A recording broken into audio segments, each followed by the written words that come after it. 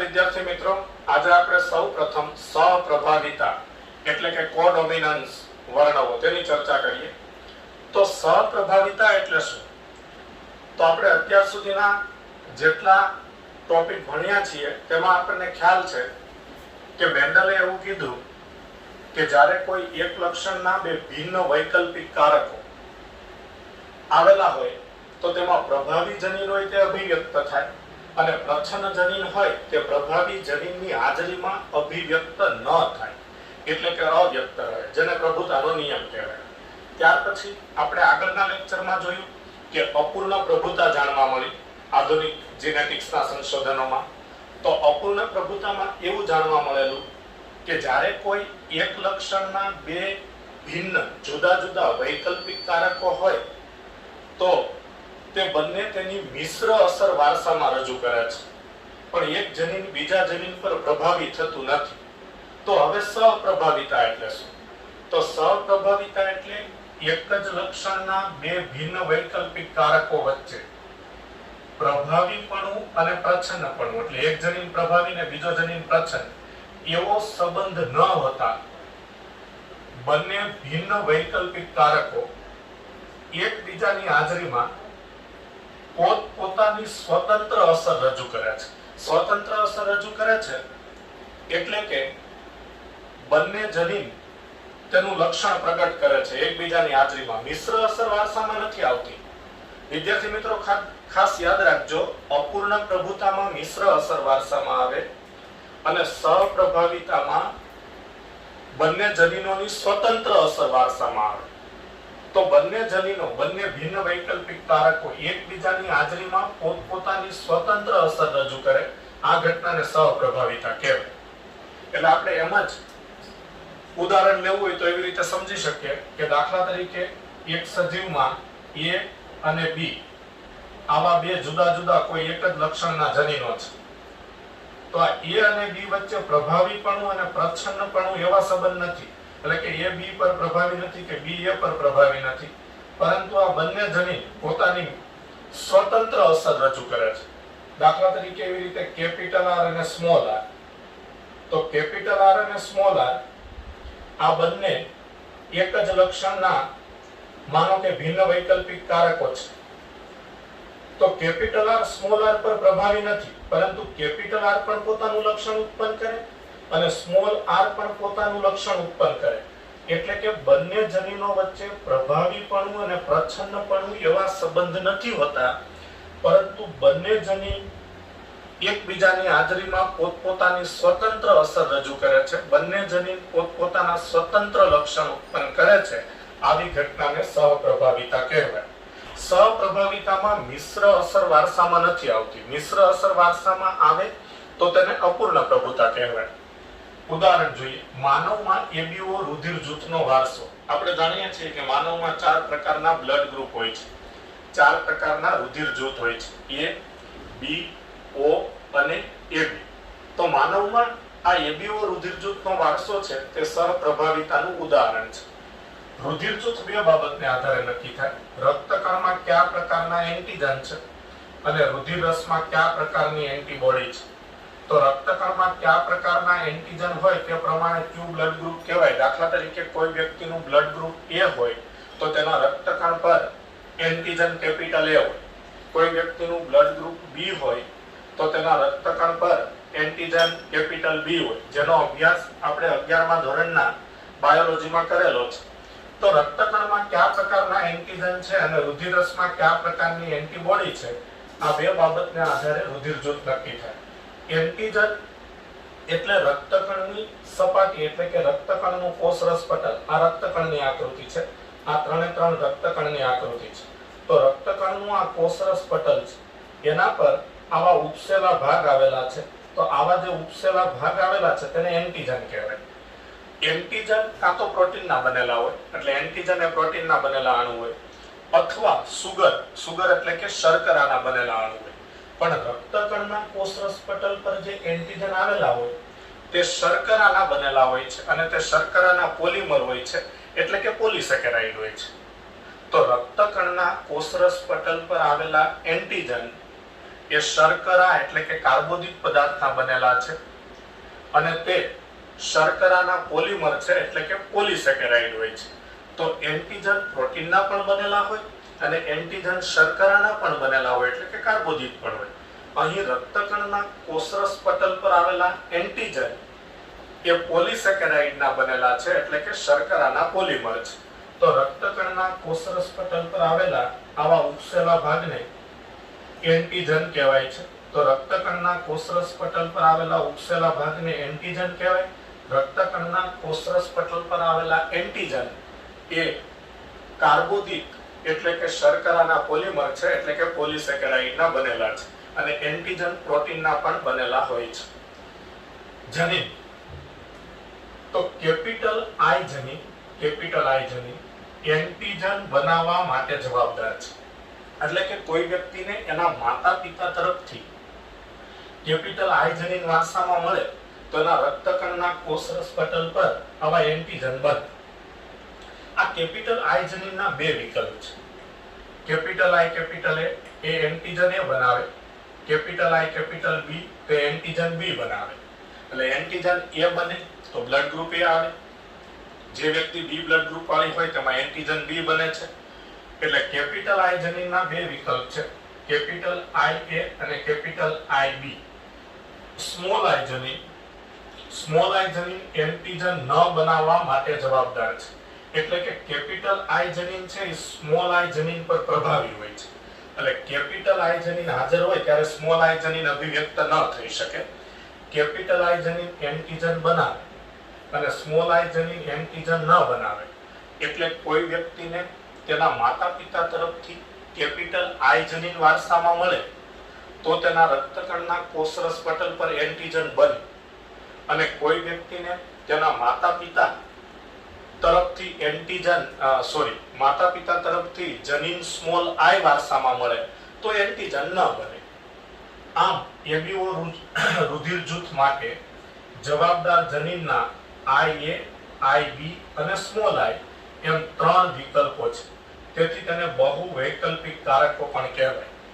Mendel એવું કહેતા કે કોઈ પણ જનીનના બે જ વિકલ્પ હોય, એક પ્રભાવી અને બીજું પ્રચલ.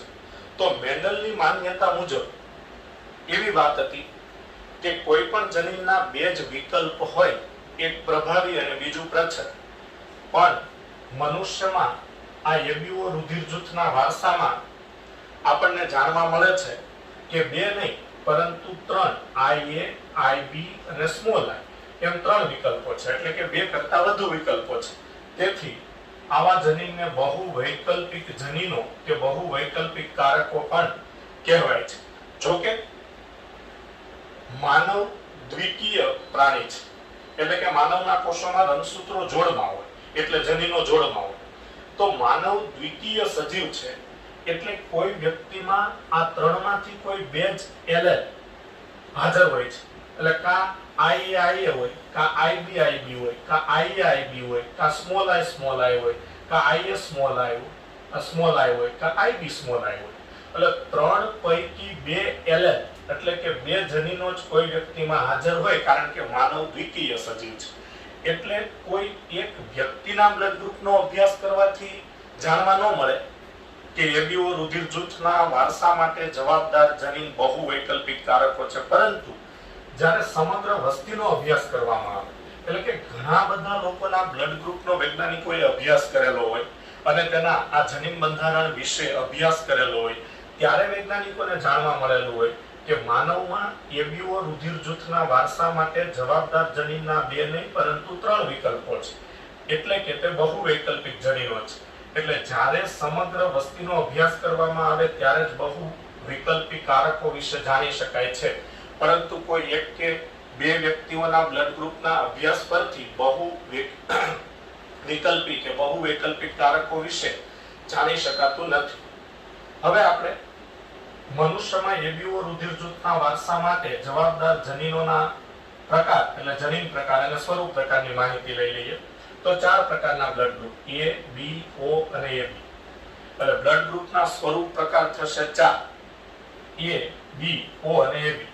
હવે સંભવિત જનીન બંધારણ જોઈએ તો દુનિયામાં જેટલી એ બ્લડ ગ્રુપ વાળી વ્યક્તિ છે તેમાં કાં તો આઈએ હોય, એટલે પિતા તરફથી આઈએ મળ્યું હોય ને માતા તરફથી પણ આઈએ મળેલું હોય, એક પિતૃમાંથી પણ આઈએ મળેલું હોય ને બીજા પિતૃમાંથી પણ આઈએ વારસામાં મળેલું હોય, તો જનીન બંધારણ આઈએ હોય અથવા આઈએ સ્મોલ આઈ, એક પિતૃ તરફથી આઈએ મળેલું હોય ને બીજા પિતૃ તરફથી સ્મોલ આઈ મળેલું હોય. દાખલા તરીકે પિતા તરફથી આઈએ વારસામાં મળેલું હોય અને માતા તરફથી સ્મોલ આઈ વારસામાં મળેલું હોય, તો કેપિટલ આઈ સ્મોલ આઈ પર પ્રભાવી છે, એટલે કેપિટલ આઈ તેનું લક્ષણ ઉત્પન્ન કરી શકે અને કેપિટલ આઈ એ હોય એટલે એન્ટિજન એ ઉત્પન્ન કરી શકે, સ્મોલ આઈ એન્ટિજન ઉત્પન્ન ન કરી શકે, એટલે એન્ટિજન એ બને, રક્તકણની સપાટી પર એન્ટિજન એ બને એટલે બ્લડ ગ્રુપ એ આવે. બી બ્લડ ગ્રુપ વાળી વ્યક્તિનું જનીન બંધારણ આઈબી અથવા આઈબી સ્મોલ આઈ. ઓ બ્લડ ગ્રુપ વાળી વ્યક્તિનું જનીન બંધારણ સ્મોલ આઈ.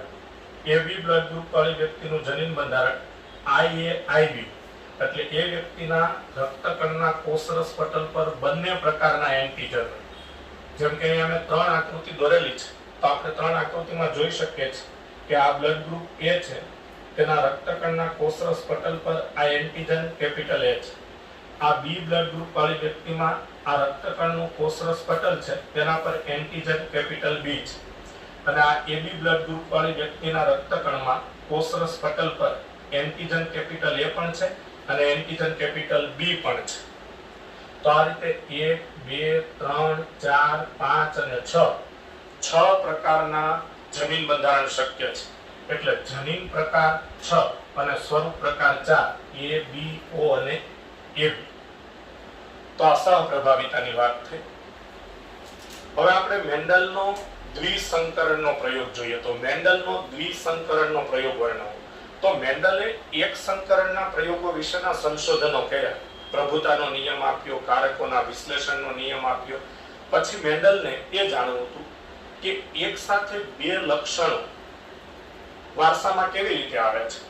તો એક સાથે બે જનીનો કે બે લક્ષણો, બે જુદા જુદા લક્ષણો, તો એક સાથે બે લક્ષણો કે બે જનીનો વારસામાં કેવી રીતે આવે છે તે સમજવા માટે કરવામાં આવતા સંકરણના પ્રયોગને દ્વિસંકરણના પ્રયોગ કહેવાય.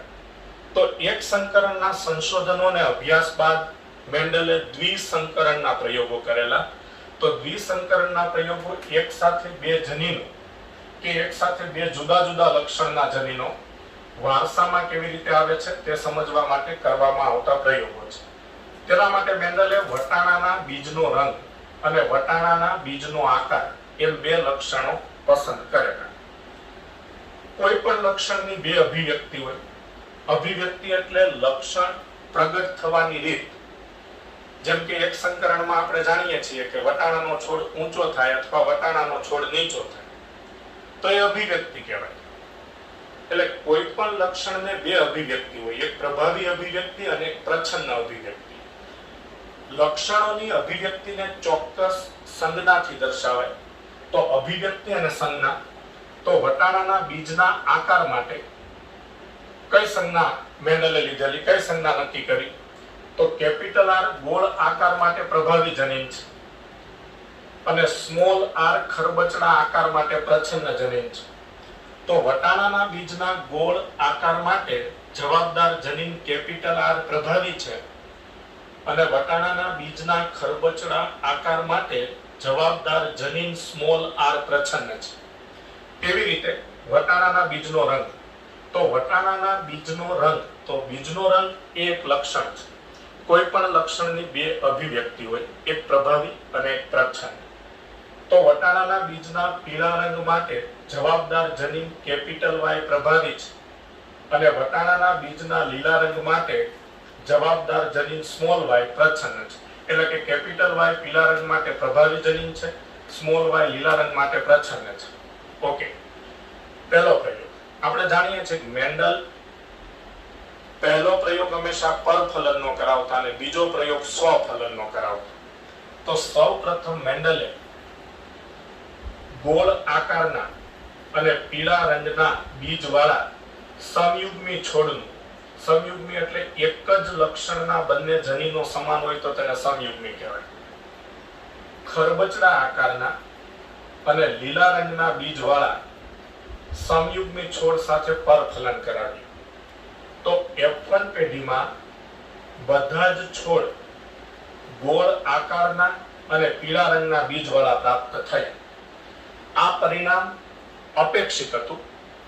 એટલા માટે અપેક્ષિત હતું એટલે કે અપેક્ષા મુજબનું હતું કે ભાઈ પ્રભુતાના નિયમ પ્રમાણે F1 પેઢીમાં જે છોડ મળશે તેમાં કોઈ એક પિતૃના લક્ષણ જ વારસામાં આવશે પ્રભુતાનો નિયમ લાગુ પડવાથી.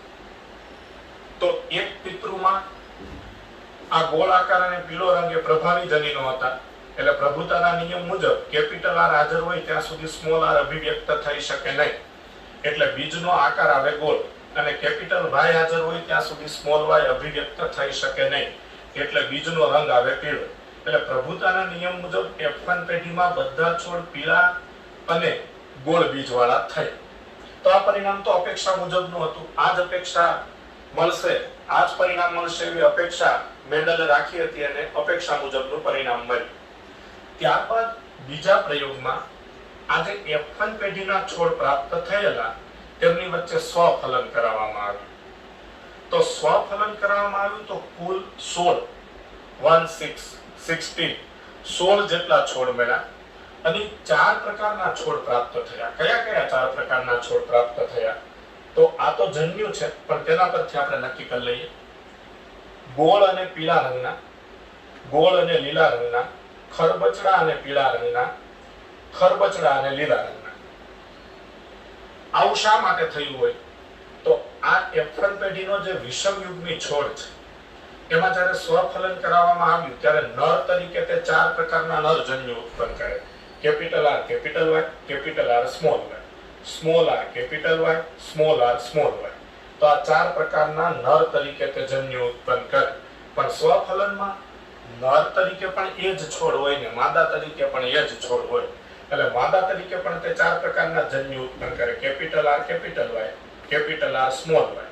એટલે કેપિટલ આર વારસામાં આવે તો એની સાથે કેપિટલ વાય પણ વારસામાં આવી શકે અને કેપિટલ આર વારસામાં આવે ત્યારે તેની સાથે સ્મોલ વાય પણ વારસામાં આવી શકે.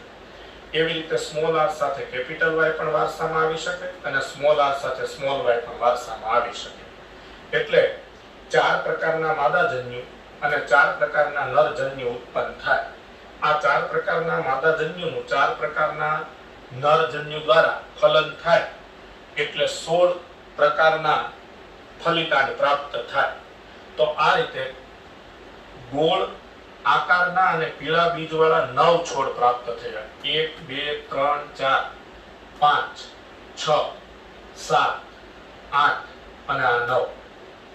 તો ગોળ આકારના અને પીળા રંગના બીજવાળા 9 છોડ પ્રાપ્ત થયા. પછી ગોળ આકારના અને લીલા રંગના બીજવાળા 3 છોડ પ્રાપ્ત થયા. એક અહીંયા આપણે જોઈએ છીએ ગોળ આકાર અને લીલા બીજવાળા ગોલી. બરોબર? તો ગોળ આકાર અને લીલા બીજવાળા આ 3 છોડ પ્રાપ્ત થયા. પછી ખરબચડા આકારના અને ગોળ બીજવાળા પણ 3 છોડ પ્રાપ્ત થયા. આ ખરબચડા આકારના અને ગોળ બીજવાળા 3 છોડ પ્રાપ્ત થયા. અને ખરબચડા આકારના અને લીલા રંગના બીજવાળો એટલે કે બંને લક્ષણો પ્રચ્છન્ન. ખરબચડો આકાર પણ પ્રચ્છન્ન લક્ષણ અને લીલો રંગ પણ પ્રચ્છન્ન. તો બંને પ્રચ્છન્ન લક્ષણ વાળો માત્ર એક જ છોડ પ્રાપ્ત થયો. એટલે આપણે આ સ્વરૂપ પ્રકાર પ્રમાણની વાત કરીએ તો સ્વરૂપ પ્રકાર પ્રમાણ અહીં 9:3:3:1 પ્રાપ્ત થઈ. એટલે કે 9:3:3:1 ના પ્રમાણમાં 4 પ્રકારના છોડ પ્રાપ્ત થયા. જેમાં ગોળ આકાર અને પીળા બીજવાળા 9 છોડ, ગોળ આકાર અને લીલા બીજવાળા 3 છોડ, ખરબચડો આકાર અને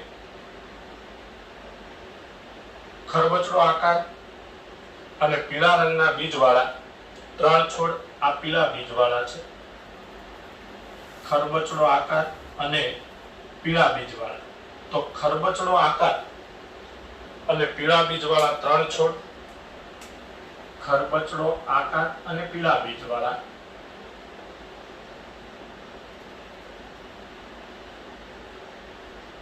તો ખરબચડો આકાર અને પીળા બીજવાળા 3 છોડ અને ખરબચડો આકાર અને લીલા રંગના બીજવાળો માત્ર એક જ છોડ પ્રાપ્ત થઈ. તો આ રીતે F2 પેઢીમાં 9:3:3:1 ના પ્રમાણમાં 4 પ્રકારના છોડ પ્રાપ્ત થયા.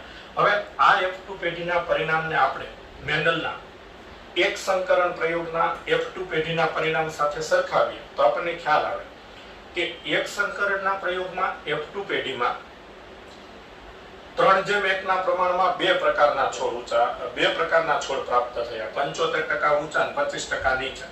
એટલે કે 3/4 ઊંચા છોડ અને 1/4 નીચા છોડ. તો એક સંકરણના પ્રયોગમાં F2 પેઢીમાં સ્વરૂપ પ્રકાર બે જ પ્રકારનું પ્રાપ્ત થયું, ઊંચો છોડ અને નીચો છોડ. જ્યારે દ્વિસંકરણના પ્રયોગમાં F2 પેઢીમાં સ્વરૂપ પ્રકાર ચાર પ્રકારનું પ્રાપ્ત થયું. ગોળ આકાર અને પીળો રંગ, ગોળ આકાર અને લીલો રંગ, ખરબચડો આકાર અને પીળો રંગ અને ખરબચડો આકાર અને લીલો રંગ, એમ 4 પ્રકારનું સ્વરૂપ પ્રકાર પ્રાપ્ત થયું. સ્વરૂપ પ્રકાર પ્રમાણની વાત કરીએ તો અહીં F2 પેઢીમાં 9:3:3:1 ના પ્રમાણમાં 4 પ્રકારના છોડ મળેલા અને એક સંકરણ પ્રયોગમાં F2 પેઢીમાં 3:1 ના પ્રમાણમાં 2 પ્રકારના છોડ મળેલા. પણ આવું પરિણામ પ્રાપ્ત થયું આ દ્વિસંકરણના પ્રયોગમાં મેન્ડલને F2 પેઢીમાં કે 4 પ્રકારના છોડ કેમ પ્રાપ્ત થયા. એટલે મેન્ડલે તેના પરથી કારકોના મુક્ત વિશ્લેષણનો નિયમ આપી દીધો. તો મેન્ડલે તેના દ્વિસંકરણના પ્રયોગ પરથી કારકોના મુક્ત વિશ્લેષણનો નિયમ આપેલો છે. તો આ વાત થઈ મેન્ડલના દ્વિસંકરણ પ્રયોગ.